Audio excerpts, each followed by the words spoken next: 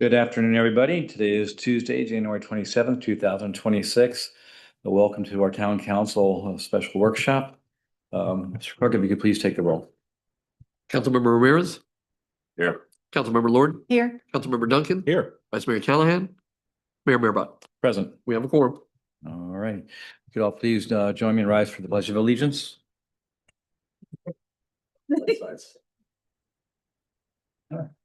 I pledge allegiance to the flag of the United States of America and to the republic for which it stands, one nation, under God, indivisible, with liberty and justice for all.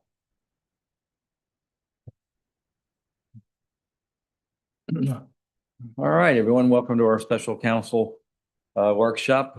Ralph, we'll be discussing our 16-acre Legacy Park gap financing, so I'll turn it over to you for here, sir. Thank you, Mayor, members of council, and audience, and the folks that are viewing from home. Tonight, I just wanted to provide you the team that we have gathered here today. We have before you, we have Lourdes Aberdeen, our financial advisor. Her support staff, Christina, is online as well. We have Robert Daddario, our finance director. We also have Jeff DiCarlo from a town attorney's office, that is their finance bond specialist. We also have familiar face online as well, Ms. Emma Jones. And last but not least, we have Charles Mickelson from Saltz Mickelson there, our design team that is here today. So we wanted to make sure that we have, and we also have Mitch Bierman. I saw him raise his hand. Yep, Mitch, you got my attention. Thank you, sir. And we also have Roger Poe here as well. So I know that the vice mayor wasn't able to attend, but I did have a lengthy conversation with him, provided him a briefing. I just want to put that on record as well. This is a continuation, members of council. As you know, we provide a monthly update to the council. And one of the things that we want to try to, have a nice, open, transparent discussion regarding with our financial advisor and our design team and project manager, Emma Jones, is we chose option number 3, for our design for town hall, which was a not to exceed $49.9 million. We've said over and over again when we did the bonds, that it's a $37 million bond issuance. We know that in the past, I've said on the record that when we draw down, we may get some proceeds up to $2 million. That number is going to be updated a little bit lower, unfortunately, but you'll have that presentation with Lourdes. And I think what we want to try to do tonight is look at the financing gap options of what we need. And if you're following along at home, absolutely, we did a bond issue for $37 million. We approved a not to exceed project cost for the municipal complex of 49.9. There's a gap there. So we are proposing to go out and have what we call loan. Sometimes you'll hear Lourdes say bond. It's not a general obligation bond. It's a bond. It's a traditional loan we call that gap financing and other related items that we have there that Emma will be discussing as well. So with that, I'd like to turn over the presentation to Lourdes Aberdeen, very familiar face. If you remember, she was part of our journey here when we did our Get Fit plan, our financial plan. That's why I think it was important to continue our contractual obligation with her and her team to get us through this entire process. So with that, Lourdes. Thank you so much for having me. Lourdes Aberdeen. I represent you as your municipal advisor. And as the manager prefaced this presentation, the town was facing a $17 million gap between the geo financing that was approved and what the project was going to ultimately cost, including some surprises that we had with the soil and so on. So our quest was to figure out how to fund this gap. And so we looked at, should we fund it with fund balance? Should we fund it with a loan? Should we fund it with a general obligation bond? And so we went through that research. And then the second question was, basically a loan versus a bond, right? So we went through that whole process, and ultimately, if we can start my presentation, that would be awesome. So ultimately, the team recommended to finance the funding gap with a bank loan. But I'm going to take you through the process that we went through so that you feel comfortable about, how we landed where we did. So let's see. So this is what I just went through here. Basically, we had a $17 million funding gap, and we had two decisions to make: how to fund the project, and then ultimately whether we would do a loan versus a bond issue. So why did these things matter? So one, the advantages of borrowing were that it protects the liquidity and reserve levels of the town. It preserves the annual investment income that $17 million would have gone away. It supports a stronger credit rating.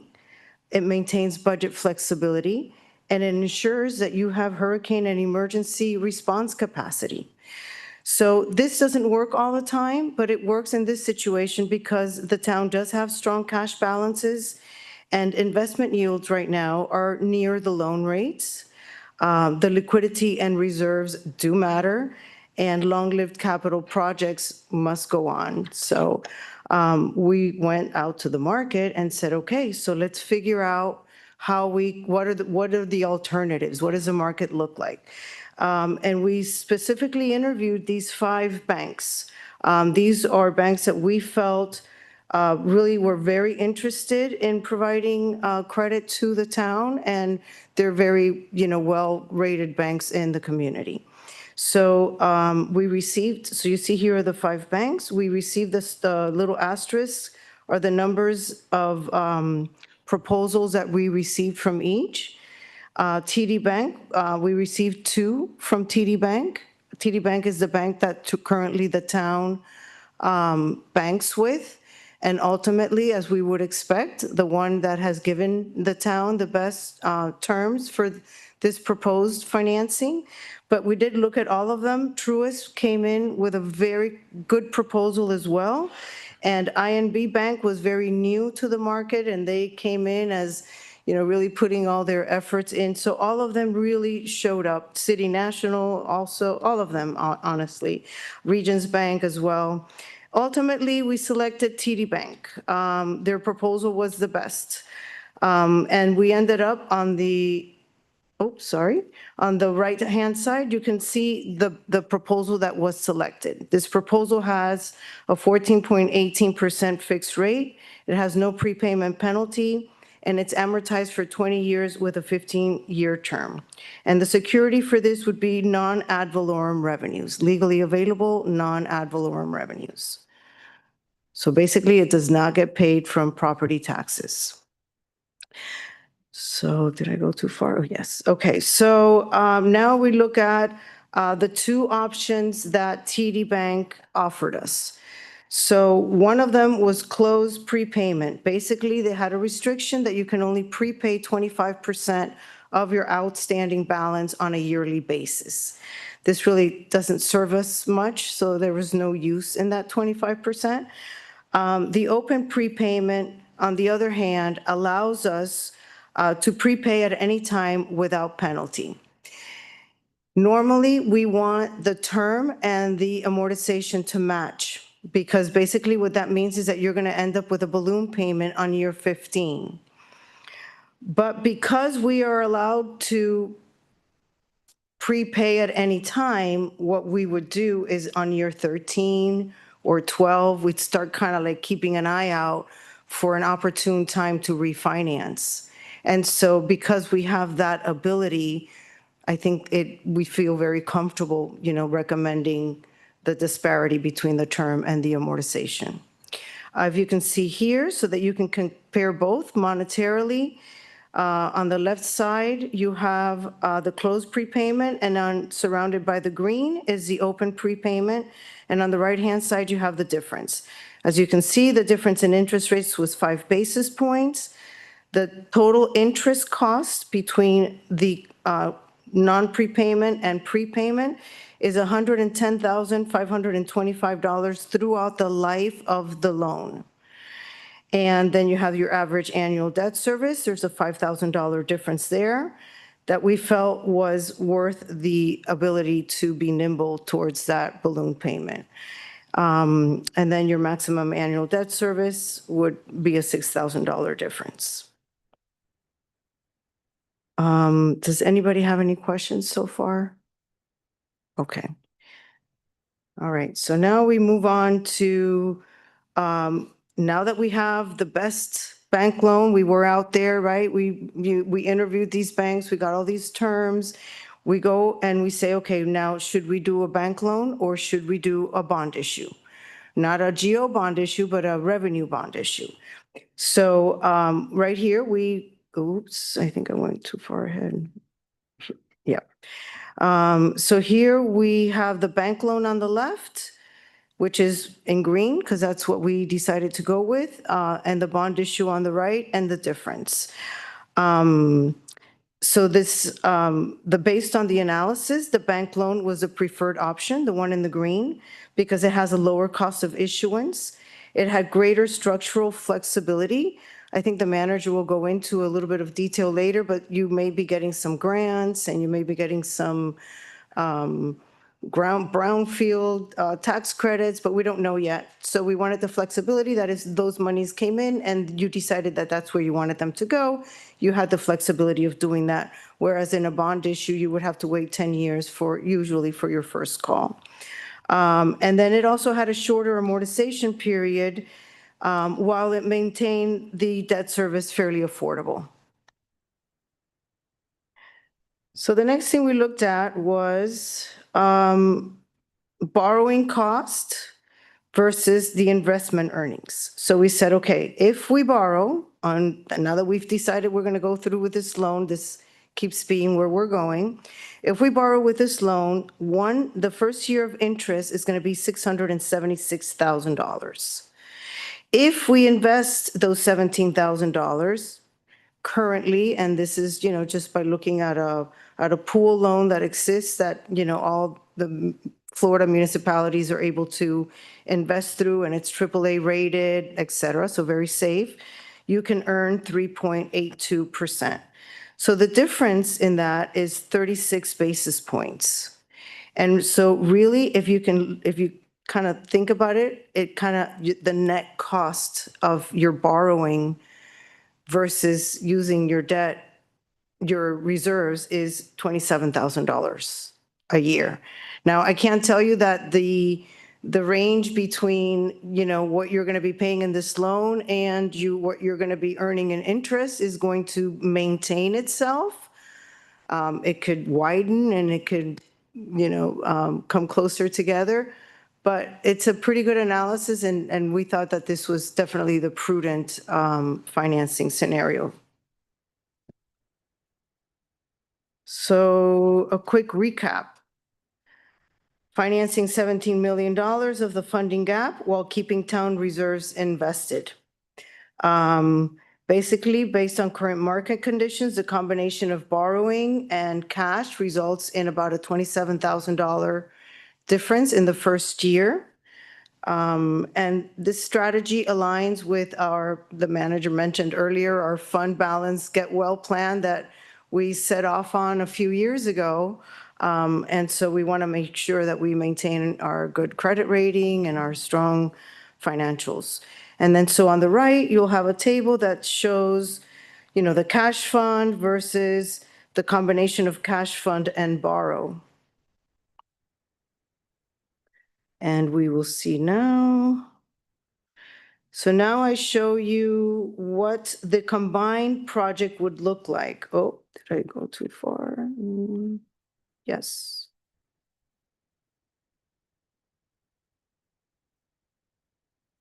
Nope, here we are. Okay, so here we have, so you're like, okay, what is this whole thing going to look like, right? So you have this table that shows you the gap financing that we're going to do now, the $17 million loan, and the GO bonds. Okay, and then the total of the two. Now, this $17 million loan is actually going to be for a par amount of $17,075,000 because you need the full $17 million for your project. So you need $75,000 to pay attorneys, financial advisors, et cetera. So, and it may not be that, whatever results from that will just go back into the project funds, okay? You could see here the difference between the term, 20 years, 30 years. Because the loan is going to be only for 20 years and the geo bond will go further out. And then you have the two debt services from both. So your annual debt service will be about a little bit over $3,500. And your total interest cost, and then the two interest rates that we're projecting as of today's market. Okay, and of course, the geo bonds is going to be higher because it goes further out in the yield curve. Okay, next page shows you, for those of you who like math, I know we have some instructors here, some teachers. So on the left, you will see the graph of both your loan in blue and your geo bond in gold. We put them one on top of each other for now, though geo bond may be pushed back a little bit, but this is just to give you an idea of what it will look like. And then on the tables themselves, you will have on the blue, you will have the loan amortization, and then that line there shows when the, for lack of a better word, balloon payment, when the term is up, the 15-year term. So, and then on the gold, you'll see the 30-year bond issue. So that goes out the whole 30 years. And you'll see principal, interest, and then the combined in gray. So this will be your net effect of your new Legacy Park and Municipal Complex, which, by the way, is wonderful because the people that use these parks and are going to use this municipal complex are the people that are going to be living in Cutler Bay. And so those are the people that should bear the cost of those benefits, not the people that are here for 2-3 years and then leave, or people that come in at the last minute and get to enjoy it and didn't have to bear it. But so next we have general fund balance impact, something we need to take care of, right? So remember I was talking a combination, that we did a combination of borrowing and using the general fund balance or general fund revenues. So we remember we had what was it, a resolution, and we did a little cutout here on the right where you authorized the use of $12,812 towards the soil remediation. And out of that, $66.5 million were paid from ARPA funds, and the other $6.3 million were paid from reserves. Brownsfield designation allows up to $1 million of reimbursement, 90% per calendar year, and voluntary cleanup tax credits. These are some of the tax credits that I told you the town had applied for and was expecting to receive in revenue, but had not done so yet. Oops.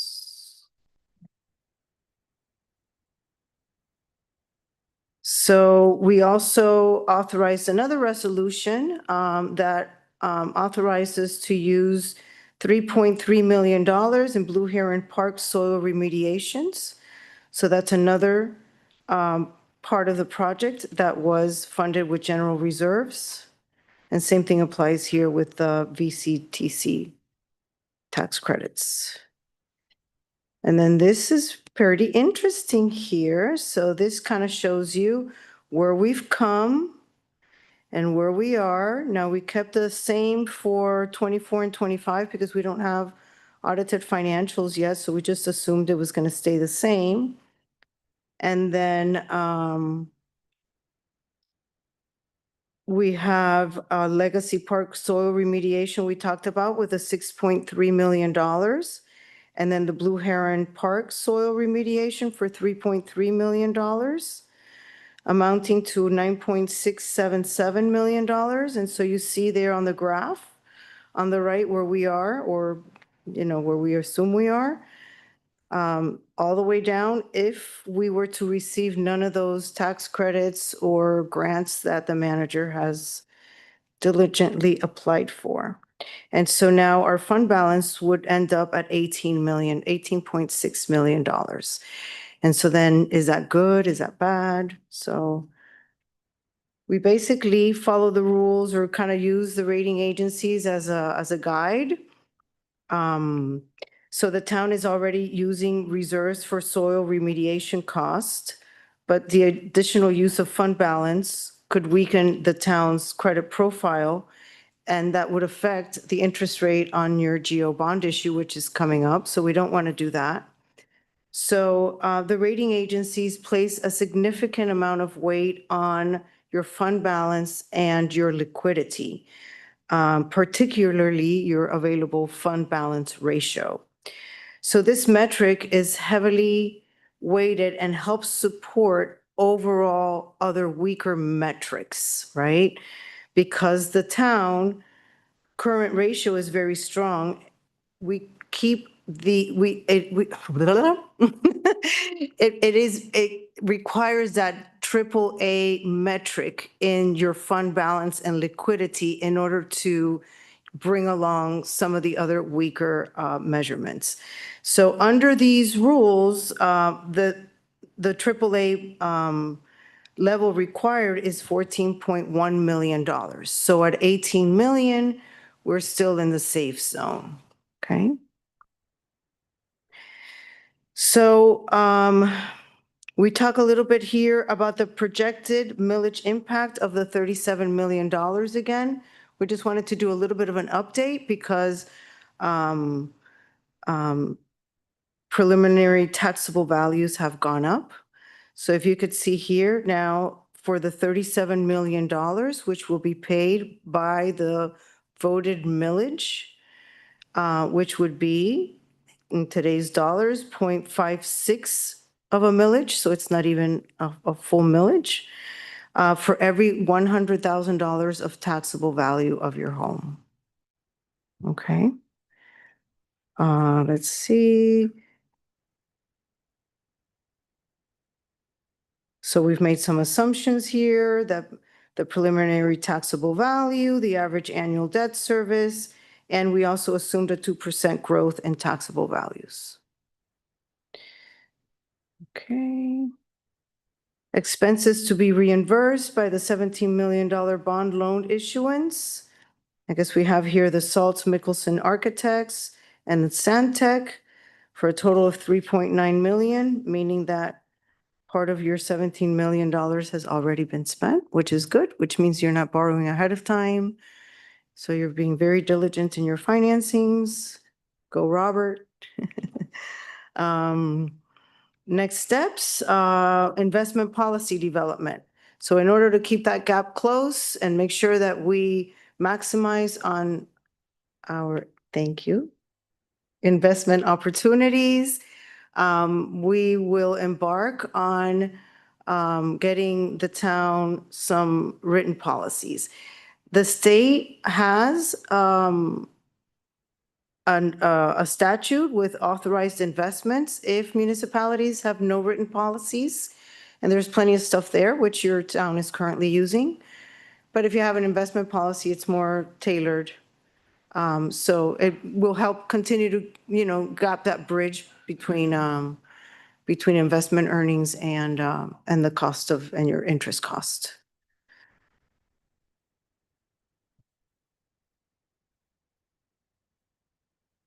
I think this goes more into the adoption of a formal policy, which I've kind of already told you. Basically, it's tailored for you to maintain liquidity, the risk tolerance that the town has, et cetera.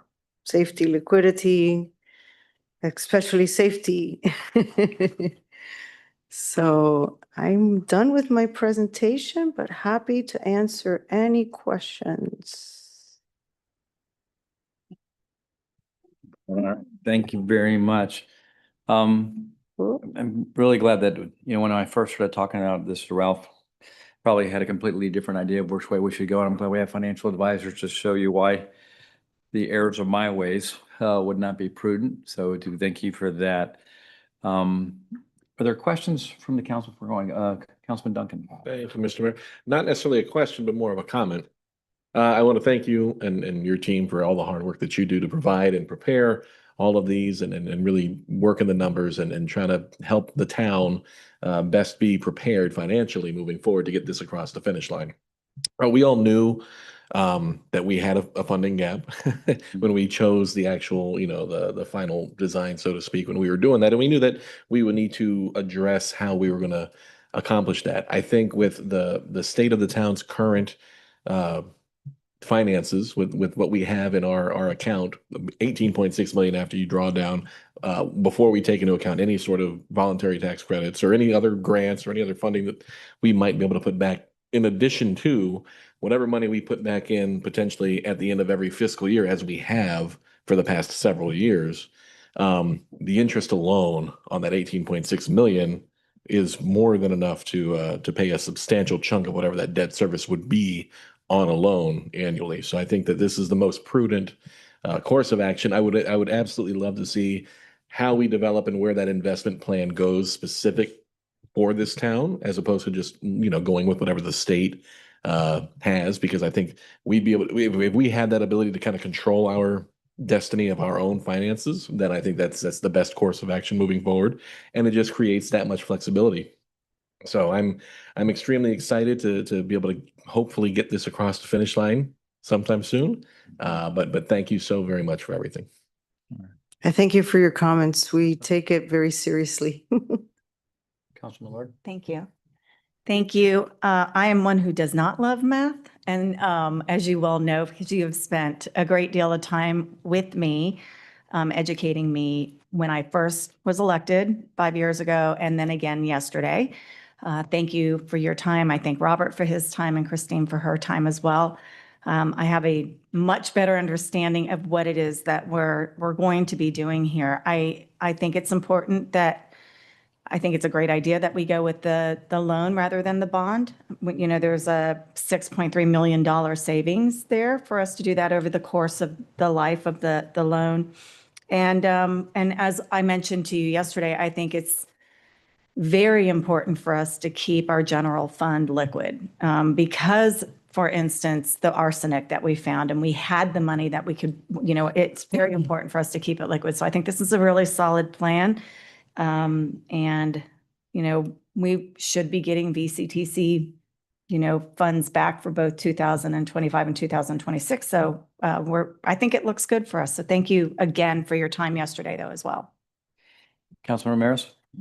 I'd also like to thank you for all the hard work you guys put in investigating everything to try and get us the best outcome we can.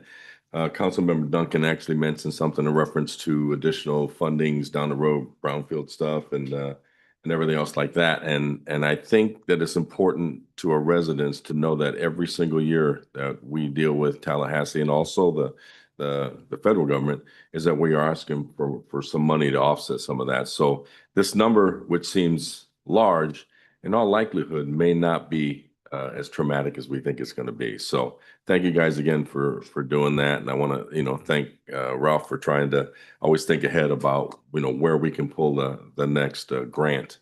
So I appreciate you guys. Thank you. Right. Real quick, Councilman Lord made a great point as far as, I used to think our reserves are great, right? And it was like, I used to always think, it's like, whatever hurricane happens, we just have a thing. We had an arsenic hurricane. Who would have thought about that? So things like that's why you have to have a healthy fund, without a doubt. Ralph, did you want to say something real quick? Yeah, Mayor, Members of Council. I think there's a couple of times that, Lourdes mentioned the interest rate, and I just want to correct it. At one point, I heard 14.18. It's actually 4.18. Yeah. That's fine. That's why we're here. That's why wait, what? You also said 17,000 instead of 17 million, but Yeah, 17 million. No, but that's fine. That's fine. We've had a long day.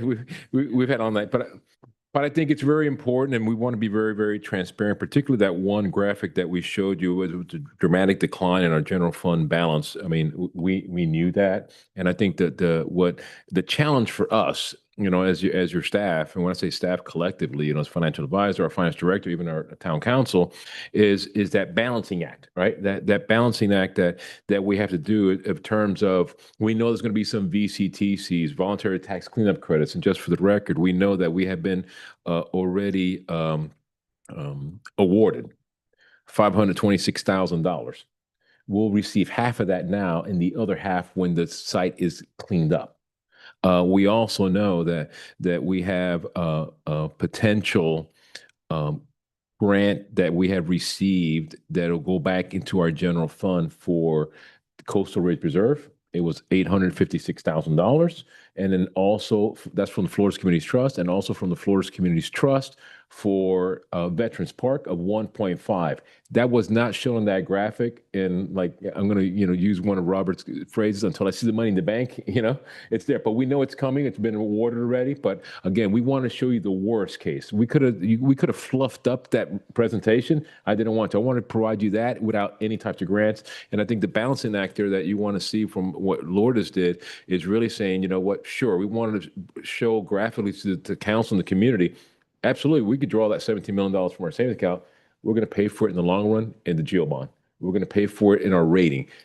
There's going to be, knock on wood, we haven't had a storm, right? We haven't had that. So we're going to, but this is exactly what previous councils have done here since the beginning in our 19 years, is bringing that nest egg up for this savings account just for these type of matters. And I think that it's important, at least from Lourdes' presentation, that mayor, members of council, we leave you with the next steps. What we're showing here is we have a $38 million GEO bond.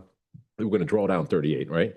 We're going to have $17 million, right? So there's that 56. We know we drew the line in sand for 49, but there's other items there that my next part of the presentation is going to be with Emma, and then we'll finish it up with Charles from Salt Mickelson to show you that that's going to get eaten up. It will get eaten up, and it gets eaten up really, really fast. So I think the biggest thing, members of council, was the next steps about that investment strategy, being consistent. What we've told the public before is that, yes, a lot of times people say you have that $28 million in the bank. We said, we're not going to do an aggressive, safe, insured investment strategy.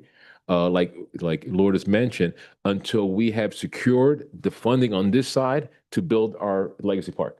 Then we know what's remaining. And at that point, I mean, we can't even open a CD yet. And we know we can get more money from our funds. They're kind of almost like almost a wash there, right? That Lourdes, that one graphic that Lourdes showed you. So that's going to be our next steps there. That's why we want to leave you with that one graphic there. But again, I just want to make those comments, and we could, once we finish, we'll go on to Emma on her side. Okay. Did you want to go on to Emma now, or did you?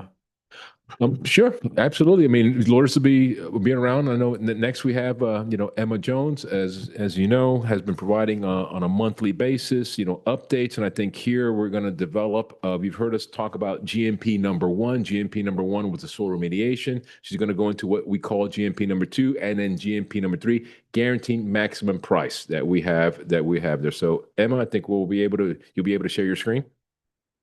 Yes. Good evening, everyone. Afternoon, everyone. Let me go ahead and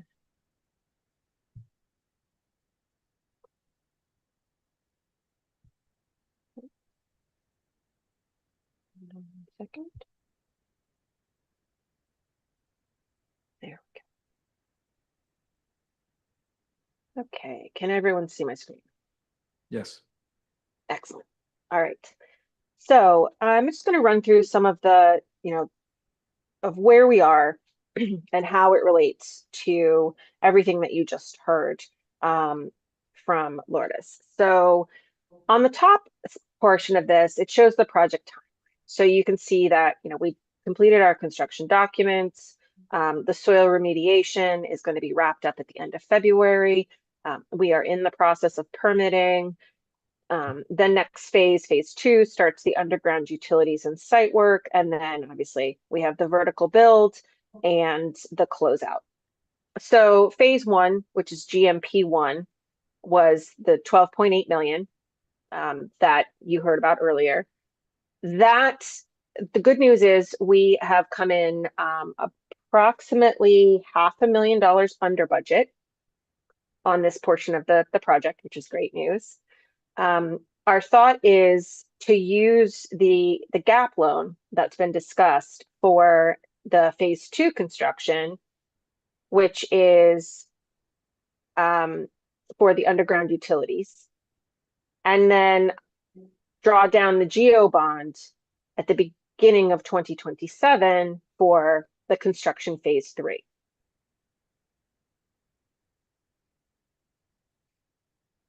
So this will show exactly what is contained in each of these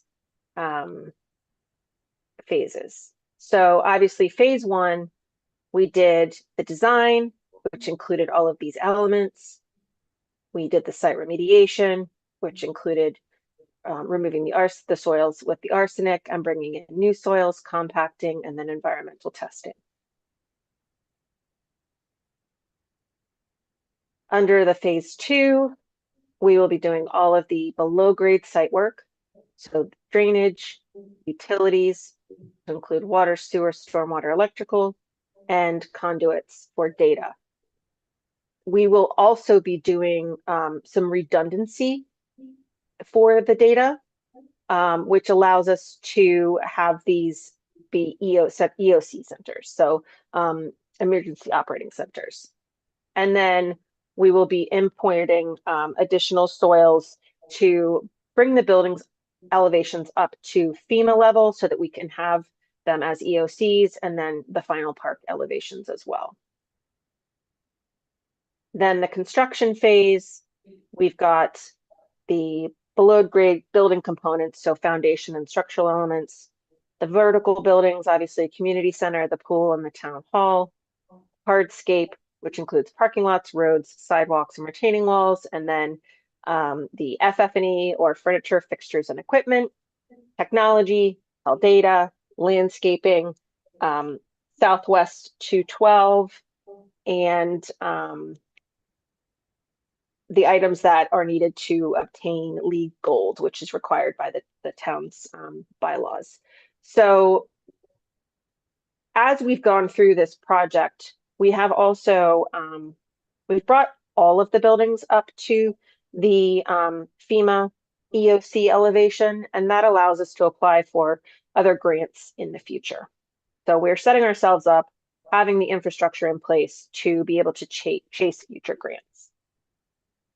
Are there any questions on this before I go to the next couple of slides? No questions. Okay. Now this is the fun stuff. So a little preview of all of the hard work that's gone into the value engineering and then the redesign to make sure that, you know, we hit the numbers that we said we would. And so here's a preview of the town hall.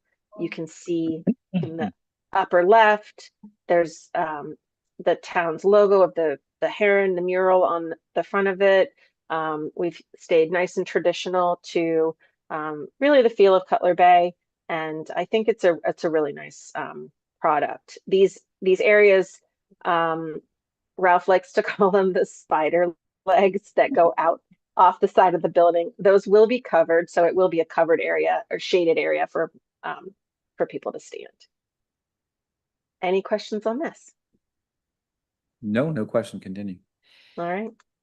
The community center. We really wanted the language of the community center and the town hall to be similar. So you'll see again those sort of sculptural elements protruding from the community center. And again, that area out in front where we see the spider legs, that will be covered. So it'll be a covered waiting area for anyone who gets dropped off or kids are waiting to be picked up.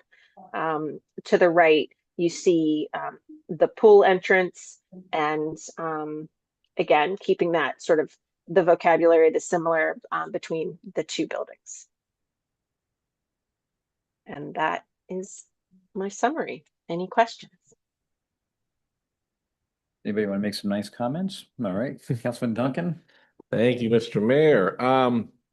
These pictures are gorgeous. I think that your team, the architect team, everybody involved has done a fantastic job in kind of coming up with this design, this concept based on the updated budget that we've provided. This, I mean, it doesn't even feel like a government building. Like you have institutional buildings that you just know they look institutional, and this looks almost like a spa. This looks like I want to go vacation.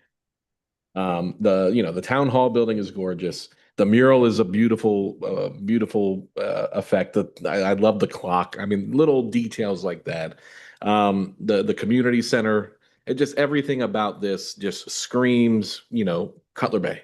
It's beautiful. So I just want to thank you all for that. This is very exciting, and I'm really, really looking forward to getting this done. Councilman Lord. Hi, Emma. Thank you for this presentation, and I want to thank you as well for educating me yesterday morning with the group. I appreciate your time. These renderings are really beautiful and stunning, and I do feel like it's interesting. It's very elevated, but it's still very warm, and which is kind of how I feel like Cutler Bay is, right? We're elevated, but still very friendly and warm. I do love the mural on the front, and I see in another picture that the mural travels around to the back of Town Hall as well, and a second mural, which is a really, really great touch. And to what Councilmember Duncan said, this by far does not look like a municipal building. It's warm, it's inviting, and it's beautiful. That's great work. Thank you. Councilman Ramirez. I love the spider legs. No, really, really beautiful renderings. I think this is something that the residents of this beautiful town are actually going to be very proud of, as we are sitting up here. I love the fact that the community center kind of mimics this. So we've taken a building, and then now we got this in the back that just kind of all just flows instead of being two totally different types of architecture. So thank you very much. Can't wait. I can't wait. You guys did a good job. Thank you. All right. Don't need to go on and on about it, but of course you're beautiful, and that's the result of a lot of planning and hard work from everybody involved. So, all right. Did you want to continue, or about you? Yeah, I think also, Emma, if you could go back to the town hall there, if you could just highlight the we call it the council chambers, we call it like the egg, right above the Cutler Bay sign there. Just kind of talk about that outdoor terrace there, because I think that was the feature that we wanted to talk about. Yeah, in the excitement, I completely forgot. So the sort of the circular area that you see, that is the town council chambers. It is a one-story council chamber, and above it there is, and you can see a little bit in the top right photo, there is an outdoor space up there for events, etc. And what we loved about this is that looks out over the park. So it really creates that indoor-outdoor space that I think works so well. In Florida, obviously you guys have beautiful weather. We've got shading up there as well. But it creates sort of this lovely perch from which you can overlook the park and obviously host events.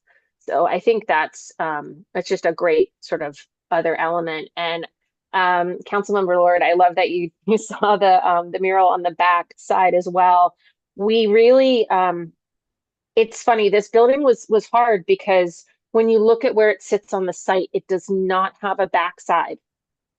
Every side is a front, and everybody's entering on each side of the building. So that was definitely a challenge for the design team, and I think they really knocked it out of the park. So I'm really happy with sort of where everything ended up. And I think members of council think this design, we received all the feedback that we received from the council and took it to account, because as Emma mentioned, the council chamber is going to be one floor, so that we don't have to worry about, providing AC for a two-story, building. The second floor, as I call it, is the council chamber. What Emma skipped was that is going to be the police department. But the police department will not be occupying the other half, the top portion of it. That is for our future expansion. I know it's very critical when we spoke. I know the vice president brought up the point, we got to look for future growth. So we know that the police department will operate within the footprint. But if you just think about, we call it kind of like the egg room. Right above it is future capacity for future, growth there as well. So we tried checking the box there, so that way we have all three stories fully accounted for. Also noting that the underground utilities that Emma spoke about we'll still have the future stub outs. When I say stub outs, water, sewer, and other items for the future police department building there too, because it makes sense now to go ahead and run those lines there now. So again, I think going back to your comment, Councilmember Lord, that yes, we actually created 3 murals. I call them IG moments, Instagram moments, that we go back from the days of our tents with the University of Miami students, right? That we heard folks want to have that comforting visiting. Hey, we want to create this town hall. People come in, hey, you want, come check out our town hall. Let's go take a picture, right? Versus, like, I think Councilman Duncan, you mentioned a gray building, gray static building. So I think it's very inviting. Wait till you see some of the items that we're doing inside the lobbies. So that's why we want to make sure that gap financing, we didn't want to like fall short. You know, this is our time to do that now. You don't want to sit there and the design team knows I'm a big floor guy. I mean, as you travel, I mean, think about all the different designs you see with the Chattahoochee floors and the airports and what have you. That to me, you spend it one time and you're good. You know, I don't want to sit there and 3 years from now we're replacing, you know, cracked tiles or broken tiles or what have you. So that to me, it's important. And having the signature look of all the restrooms. Every restroom's going to look the same, you know. So from the community center to the executive offices, we'll have that. So I think that's that again, we want to provide you this preview here. I think you're absolutely right, Mayor. A lot of great comments from the design team, and with that, it'll provide me a good segue. I know we have Charles Mickelson here from SALT. If you could come up and provide us just an update of what's going on behind the scenes with all these great plans and designs. Thank you, Emma.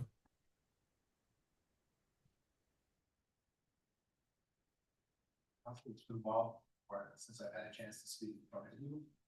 And I'd like to start out by once again thanking you for allowing us to work on this wonderful project.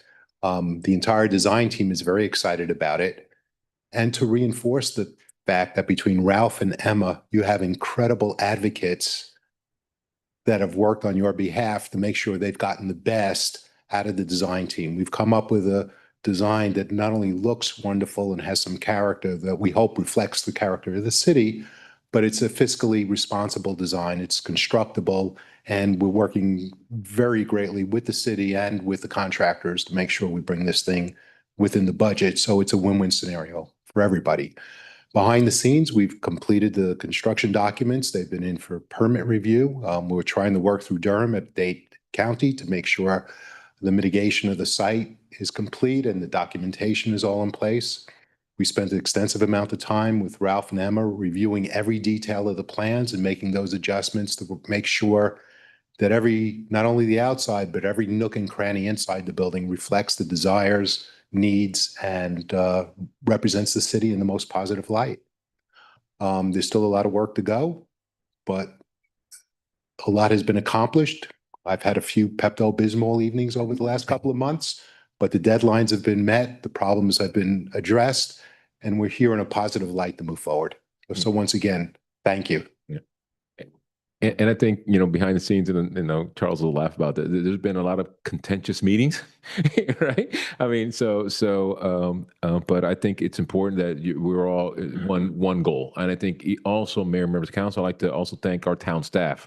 One of the things that goes without saying is that when we started doing the design, the flow of all the offices, every single department was involved.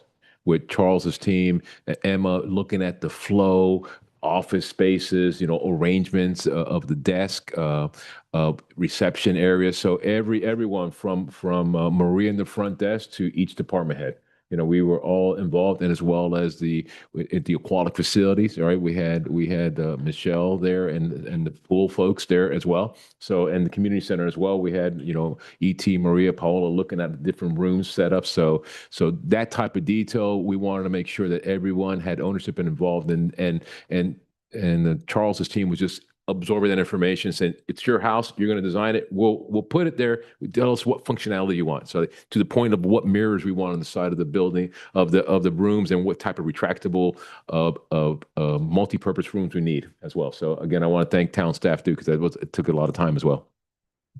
Thank you. I look forward to the rest of the renderings that we get closer and closer to it, including the rest of the park as well. Sure. So, you know, we years ago, when there's a couple of things that we did, which I think is worth remembering, and actually kudos are due to the council and staff. It's been a very transparent project going all the way forward from the community involvement with the geo bond all the way to the design stage. We obviously had to cut back some of our expectations, things like that. And then we're going to the next stage now. It's like, okay, well, we've hit some snafus as far as funding, and we need to come up with gap funding as well, which is the reason we're here. But I'd like to reflect back on, years ago, we did what we called our Get Well plan for our town. And, we actually set out what our goals were and came up with a great plan to get there. And we've stuck to that. And because we've stuck to that, it put us in a good position right now, and it should be continuing to put us in a good position going forward. I recognize that one of the things that we don't have, and, as we're kind of talking about today is, there's three things that you mentioned were, investment policy, a risk tolerance level, and our long-term planning needs. And those things right now aren't codified in any type of ordinance. I really think that we as a council should direct our staff to go ahead and come up with an investment policy, and so we can understand what our long planning needs. At what point do we think that our reserves at the right level? That what are they? And just put it down in writing in an ordinance. So, if you guys are in agreement, I think I'd like to direct the staff to kind of develop that ordinance, bring it back to us, so we could just have that investment policy along with our risk tolerance and long-term planning needs involved in that. And I think, Mayor, I think that's great suggestion, because that's what we were going to, once we had this funding in place with the geo bond and the $17 million, gap financing, then we wanted to go ahead and aggressively pursue an investment policy there. I'm sure that Lourdes will make her life a little bit easier when we have Moody's coming in and ranking us and rating us, and they'll see that what is your policy, right? Because right now we just have our money parked, we're not gaining the best interest we could have right now, but we will develop that strategy, so that way once we get this chapter done, then we'll go into the next chapter, which is going to be the investment strategy. And I think it's long overdue now. 20 years old, but now we're building our house. We're financing our house. Now, what do we do with the rest of our savings account? And that's going to be a really, really fun, I call it phase 2 of this process here as well. And I think also, more importantly, we will provide also to the council, I know that if the project was 49 million, it's going to be possibly 56 million. That items that Emma mentioned, it's going to be eaten up a lot, right? I mean, the Southwest 212th Street, just picture that we got to do a traffic circle and connect, Southwest 212th Street, the lighting, the drainage, et cetera, the furniture, fixtures, and equipment that we mentioned, the technology in the council chambers, right? I mean, we just can't simply take this technology into that chambers. And we've had, our town clerk involved with our IT staff looking at and visiting cities like Doral, Coral Gables, all the high-end technology that when they did it 3 years ago was a high-end. Now they're behind. So we want to make sure that we didn't fall short of that. So that $6 million there is going to be eaten up really, really fast. I mean, particularly with roadway projects and I mean, listen, we want to have, Wi-Fi in the entire property. You want to have, now we're going to have, cameras, all kinds of other, those things. And as you know, the story starts adding up. So we'll provide that information to the council as it gets closer. So the next steps for us would be, if the council agrees, then we'll develop the bond ordinance with our legal counsel. And I know, Jeff, thank you. You've been on there. Jeff and Lori, great shout out to them. They've been side by side with us negotiating with Lourdes and Robert with TD Bank. So that's the value of having the Weiss Rota firm, because those two individuals focus on these kind of things, and we know that there's not going to be anything that's going to be missing from those documentations. So I want to say thank you to Jeff and Lori, and then we will move forward, prepare an ordinance for the first reading if the council provides that guidance, and it'll be in the February meeting. The second hearing would be on the March meeting, and in the March meeting, we will then bring you the business deal. We've been mentioning TD Bank. You never know. Maybe another bank steps up. But right now, we have the best deal we have right now. Between now and then, if it is, and then we'll prepare a resolution like we've done in the past for our bond issuance. We call it loan issuance as well. Okay. All right. Is there anything else, Ralph? No, Mayor, thank you. I just want to say thank you for the council. I know it's a 4 o'clock meeting, but I think it's very important in the spirit of our transparency. We want to show you what we have and what we know. Right. Again, it's a brilliant strategy, one well beyond what I ever would have thought of. So thank you for bringing that forward. Any other comments or questions? No?